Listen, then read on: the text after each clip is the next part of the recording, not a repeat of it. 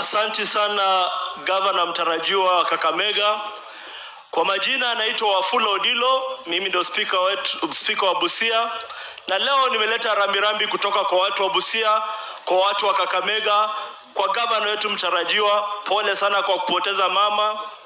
Hiyo yote ni mipango ya Mungu na nafikiri Mungu pia anajua ni sababu gani alichukua mama. Pili, ningependa kusema kwamba sisi kama watu wa Busia, sisi ni watu wa jamii ya Mrembe. Sisi tutaungana na watu kutoka Trans Nzoia, tutashikana na watu kutoka Bungoma, tutashikana na watu kutoka Kakamega, tutashikana na watu kutoka Vihiga na Busia kwa jumla, na tutaongea kwa sauti moja.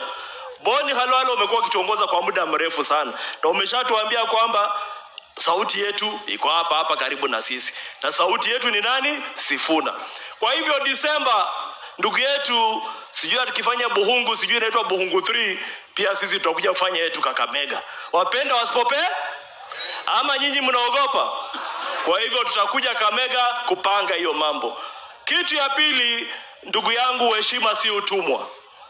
Tumekuwa tukiheshimu watu, tumeheshimu jamii mbali na mbali, na tunaomba kwamba tuheshimiwe. Ukituheshimu tutaishi vizuri, lakini pia mkitudharau hatutaka kwenda mali tunaenda. Kwa hayo machache, Mungu awabariki. Sisi watu wa Busia tuko na nyinyi. Asanteni sana.